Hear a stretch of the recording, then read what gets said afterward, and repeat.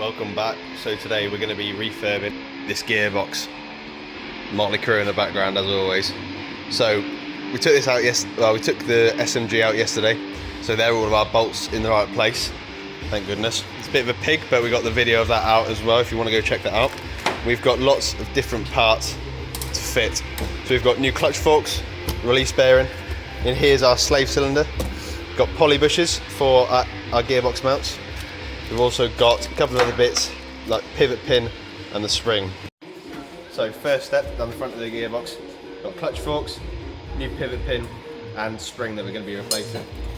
Right then boys, we're back on the E46 for our SMG to manual conversion. So yesterday we pulled the 5-speed SMG box out of the E46. If you fancy going to check out that video, then please do have a look at the channel. Today we're going to be refurbing the box and we're going to be doing a little bit of wiring work on the car for our clutch position sensor. So we're going to be taking out our pivot pin, which is just punched through from the back. The spring clip is just a squeeze and pull, and the clutch forks do just slot in there. So it took a little bit of hacking and bashing to try and get this new pivot pin on. Eventually I put a socket over the end, as you'll see in a second, to just tap it in there. Yeah, it's a little bit scratched up, but I don't really care too much. It's about £5 off eBay. It's made out of brass, so it's a little bit longer lasting and heavier wearing than the old plastic one. Once that's done, then we're going to squeeze our new spring over the top and then put our clutch forks in there. It's an easy enough job, but it's just a little bit of attention to detail that I have in there, just so that we don't have any further failures down the line. So as soon as that spring's in there, I'll try and figure out which way around to put them in. But it's a lot easier to get the spring on there first and then to slot the forks in afterwards by just opening up the two little arms on the spring and wangling it in there. So as soon as I figure that part out, which took me longer than I'm pleased to admit, release bearing gets thrown on there, only one way around, and we're on to the next bit.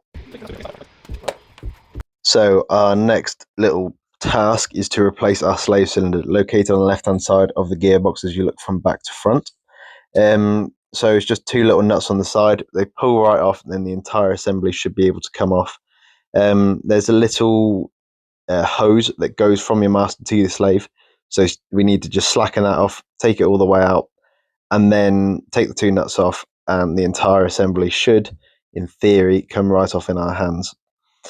Just give us a minute. There we go. Slave cylinder's off. Get the new one. The small little rubber cap at the end stays on there just as a little bit of a sacrificial layer in between the clutch forks and the actual cylinder itself. So then I'd say we put our two nuts on, but you don't, because you need to take the bottom nut off to then get the bracket back on there, then put the nut on, and we tighten all that down, pop the little screw in the end and run that all the way in. I'm going to be changing this because I managed to knacker the line that goes from the master to the slave. So that was a bit of a pain in the backside, but get the two nuts on and then run down all of the screws, or all of the nuts, and then our slave cylinder is successfully installed, ready to get bled later on, which I'm going to do as soon as the new parts arrive. Then once this is done, we're going to move on to the back of the box. Right, back into the gearbox. So all I'm going to replace on here is just the tiny little input bush that's on the back of the selector shaft. So to take that off, there's a tiny little clip that just lifts up and pings off, which is nice and easy, and then I can slide the entire assembly off. So on the actual bush itself, there's a little circlip that goes all the way around, retaining this dowel pin. Now this dowel pin, it goes through the top, and then that's where all of the slack that I found. So I'm just replacing the entire thing. So it's easier to do this when the gearbox is in third. So I attached it all back up together, put the gearbox into third, just so that the entire assembly is pulled all the way out. From here, I got myself a pry bar underneath and just shimmied the little circlip all the way out of the way of the dowel. And then I got a drift or a tiny little screwdriver and punched the dowel pin all the way through. And then our little selector bush could come all the way out. So whilst I'm just messing about with this, just give us a minute, as it did take a little while. But as soon as that was off, you could then compare the two of them together. There wasn't really too much wear on this, or at least it didn't look like there was. But as soon as we took it off, it was quite evident that it was worn down quite severely. So I just gave everything a bit of a wipe up, and then I got the new bush prepared, ready to go on. So I just shimmied the circlip forwards, pulled the pin through, and I got it all in position. It was fairly easy to replace when it was on the bench like this, but it could be a bit of a nightmare if it was up in the car. So there we are, pushed all the way through, in situ, push the dowel through, and then the circlip just shimmied straight back on there. The next step was to try and get the selector arm or the selector rod back in position. That was a pain because I managed to pop the bearing out the other side, which I might show you right at the end, but I'm not sure if I recorded it because as soon as it went horribly wrong, I just stopped recording. But all I did was just got a socket on the inner race of the bearing and pushed it all back on, gave it a good squeeze and put our little clip back on the end. So just giving it a few love taps, that's when the bearing popped out, and then I managed to get it all back in situ. So we now have our new gear linkage. There is no slop in here. Just like that, 1 to 6. Sorted. There is absolutely nothing in there now. Maybe at this back portion here. That's the problem for another day. When we get a short shifter in this bad boy. So last step, Polybush gearbox mounts.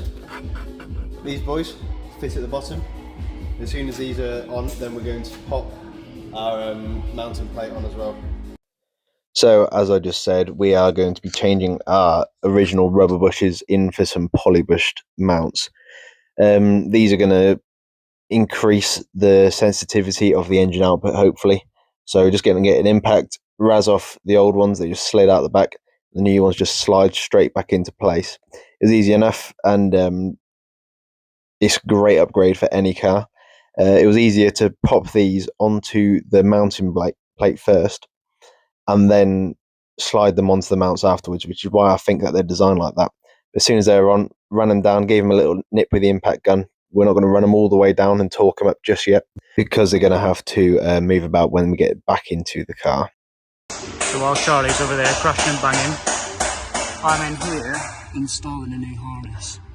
So you've got, ignore that one. So it comes up into the brake line, into the brake position sensor, the clutch position sensor, which is up there as well. It all just kind of goes into one. That's the old one there, that's the top of it there. And then you then got to run this cable here all the way through into the glove box, and then from the glove box you then got to come out into here and into the ECU and plug it into the connector down here. I've got the connector on a diagram.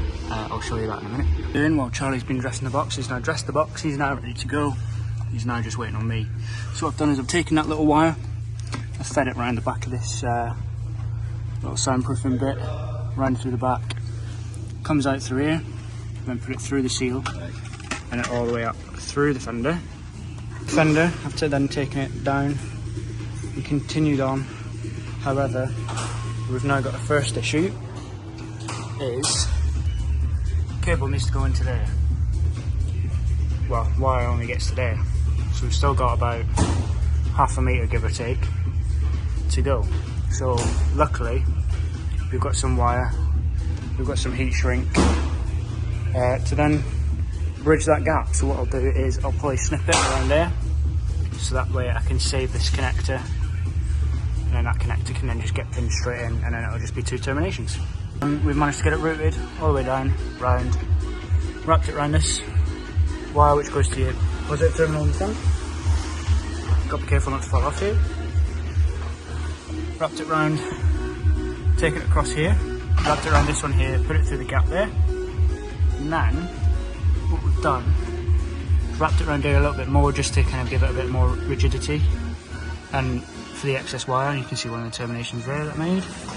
That they are just twisted together and heat shrunk, pretty solid. And then what we've found, there's like a little gap down there. Put it in through the back of there, which comes out here. So that means you don't have to put a hole in the side of your DME. And then currently, we've just got the end of the wire there. And I just need to re-terminate this one, because this back pin here this black wire here, goes to pin 20, which is the pin that we need to go into. So I'm just waiting on further advice to see if we actually need that pin, or if I can just remove the pin, or if I can't remove the pin, then I'll just splice into it and then just terminate this end, and then put this cable to terminate that pin there, to get rid of that, and then just splice it into here so it goes into the connector, which can then be put all back together. So where we left off last time, obviously we've taken the wire from through here, and we were going to put it into this one, but this is actually the wrong one. So it's actually this clip here, which is second from the left on this ECU. I can't remember the exact code, and it's going into pin 23. Easiest way to do this, or the only way to do this, is push this little clip up. This should go for any car really. So you push that little clip up, and I can't do it now of course, and you should be able to pull this rail out, slip your wire in, so this goes into pin 23, slot it back in there, happy days, you're all good to go, and then all you need to do is plug your plugs back into your ECU, and then push your ECU back down, and then you're good.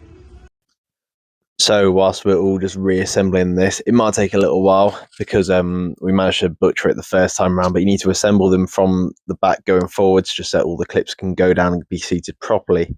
Once this is all done, then that is the wiring portion of the clutch back together, and then we can move on to taking the clutch out, popping our clutch line in, popping the new clutch on, and then hopefully getting the gearbox on and ready to rumble. So that's going to be in the next video. So thanks very much for watching. If you haven't already, please do like and subscribe for the rest of this mini series that we're doing, and we'll catch you in the next episode.